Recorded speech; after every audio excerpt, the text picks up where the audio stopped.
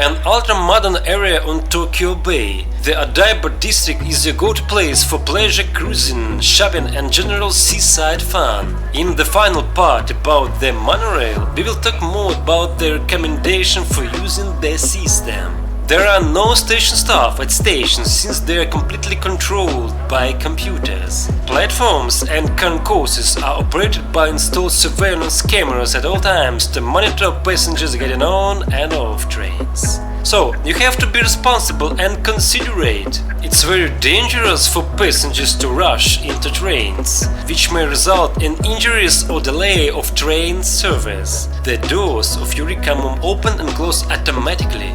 Closing may take a certain amount of time, so please be careful not to get caught in between the doors. Smoking is prohibited on all trains and stations. Please don't make calls on your mobile phone on trains and set your mobile phone to silent mode. I suppose this is in order not to disturb other passengers. For wheelchair passengers, if you don't see station staff around, please use the gate intercom to inform staff of the station you would like to get off. Use of strollers when boarding can be very dangerous because they can get caught indoors.